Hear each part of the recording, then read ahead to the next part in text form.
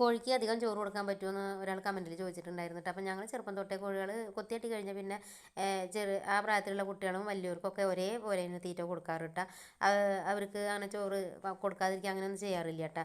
നല്ല ചെറിയ കുട്ടികൾക്ക് മാത്രമാണ് സ്റ്റാർട്ടർ വാങ്ങിച്ച് കൊടുക്കാറുള്ളൂ. ബാക്കിയൊക്കെ ഞങ്ങൾ വീട്ടിലുള്ള പച്ചക്കറിയും വേസ്റ്റും മറ്റേ ചോറും തവിടും ഉണ്ണിത്തണ്ട് അങ്ങനെയുള്ള സംഭവങ്ങളൊക്കെ തന്നെയാണ് കൊടുക്കാറ് കേട്ടോ.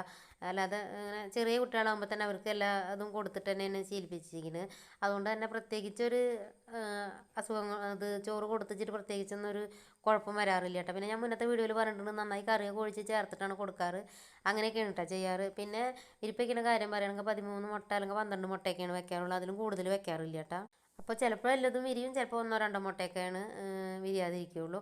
ഏറെ അങ്ങനെയാണ് ചെയ്യാറ് കേട്ടോ. ചിലപ്പോൾ നല്ല ചൂട് കാലത്തൊക്കെ വെച്ചിട്ടുണ്ടെങ്കിൽ ചിലപ്പോൾ മുട്ട കെടാറൊക്കെ ഉണ്ട് കേട്ടോ. അങ്ങനെ ഉണ്ടാവാറുണ്ട്. എന്നാലും ഏറെ അങ്ങനെ കിട്ടാറുണ്ട് എല്ലതും. പിന്നെ കൊത്തിയിട്ട് കഴിഞ്ഞാൽ കുട്ടികളെ നന്നായി ശ്രദ്ധിക്കണം.